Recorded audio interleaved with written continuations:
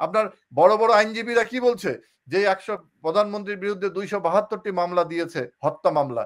আপনি বলেন, সে আগে বলেন শেখ হাসিনা কোথায়, কাকে, কোন জায়গায় নির্দেশ দিয়েছে যে ওখানে গুলি চালাও?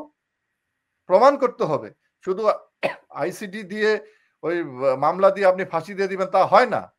আপনার সারা হোসেন কি বলেছে, যেই মামলাগুলো শেখ হাসিনার বিরুদ্ধে দেওয়া হয়েছে এই মামলাগুলো প্রাইমারি স্টেজে টিকবে না, অথচ সেই মামলা দিয়ে তারা ফাঁসি দেওয়ার একটা প্রেক্ষাপট তৈরি করার চেষ্টা করা হচ্ছে। এই তো বাংলাদেশ আইনের শাসন, এই তো বাংলাদেশ। ফাঁসি যদি দেয় আপনারা কি কোনো আইনি লড়াই লড়ছেন?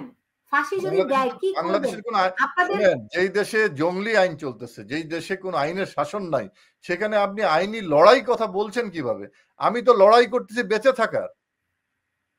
মানুষ তো যে মৌলিক অধিকার, অন্ন, বস্ত্র, বাসস্থান, চিকিৎসা, শিক্ষা, এই মৌলিক অধিকার আমাদের প্রতিষ্ঠা হয়েছিল, আবার ওই জায়গায় ফেরত যেতে হয়েছে আমাকে, আবার ওই মৌলিক অধিকারের জন্য আমাকে লড়াই করতে হচ্ছে। এরপরে তো আমার আইনের শাসন, এরপরে তো গণতন্ত্র। আমার যদি পেটে যদি খাওয়া না থাকে আমার শিক্ষা কিভাবে আসবে? আমার চিকিৎসা না হলে আমি বাঁচবো কিভাবে? আমার ঘর নাই। তো সেই অবস্থায় বাংলাদেশ আবার চলে গেছে। এখন বলা হচ্ছে যে অবস্থা, আওয়ামী লীগ 5ই আগস্টে আপনি দেখেন আমাদের প্রবৃদ্ধি ছিল 6 ভাগ, এই কোভিড পরবর্তী পরিস্থিতিতে আজকে 3-এ নেমে গেছে। আমাদের অতি দরিদ্রতা ছিল মাত্র 5 ভাগ, সেটা 10 ছাড়িয়ে গেছে। দারিদ্রতা ছিল 18 ভাগ, সেখানে এখন 30 ছাড়িয়ে গেছে। আজকে রাজস্ব ঘাটতি প্রায় 35,000 কোটি টাকা রাজস্ব ঘাটতি।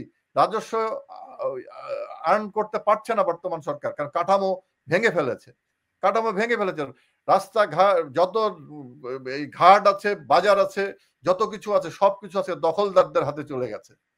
এই দখলদার সরকার আজকে দেশটাকে। তাহলে আপনারা করবেন কি? আওয়ামী লীগ একটা ঐতিহ্যবাহী রাজনৈতিক দল, এইভাবে আপনার তো লক্ষ লক্ষ কর্মীরা বাংলাদেশে আছে, তারা আওয়ামী লীগ কি করে?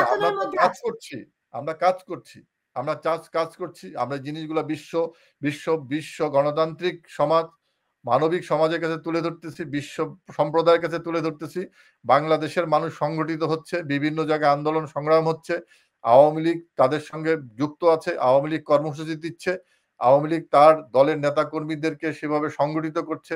বাংলাদেশের মানুষ আওয়ামী লীগের প্রতি ভরসা আছে বলেই এইরকম পরিস্থিতির মধ্যে 53% মানুষ বলছে যে আমরা আওয়ামী লীগকে ভোট দেব।